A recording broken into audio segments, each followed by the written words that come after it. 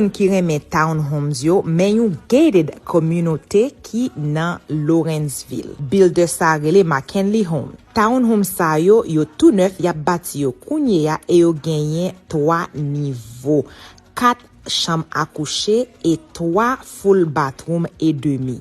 Pendant jou sa yo, Builder a genyen yon promotion kote ya bay tout moun qui vin acheter et qui utilize len de pa yo $10,000. $10,000 ça ou capable utiliser nan façon que vous voulez. Ou ka appliquer nan closing cost que ou a besoin ou bien ou ka mande yo pour yo retirer le sou pri kay la. Ou ap choisi option qui pi bon pour ou. On fait un petit gade kay la, nou el gen belle cuisine, gade un bel deck que li gen pas de yo, en dan ou tout à terre assez bois. Cuisine nan gen un bel island et puis li ouvri à salon. Nou pral gade en l'air pour nou en nou monter. Comme nous te wè, li gen yon chambre à coucher, yon toilette complet et puis laundry à nan premier niveau, à deuxième niveau te gen cuisine, salon et puis te gen yon half bathroom nan.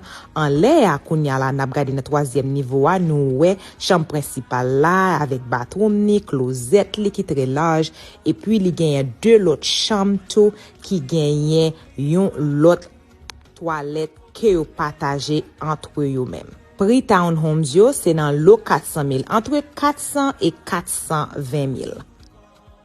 Pendant que dans zone nan, de tout font passer dans la Citadel Haitian Bakery and Cuisine. Manger yo bon, oui, même te pon ti pâté arançon avec un petit jus citron. Ti jus citron ça, mes amis, pas ti frais.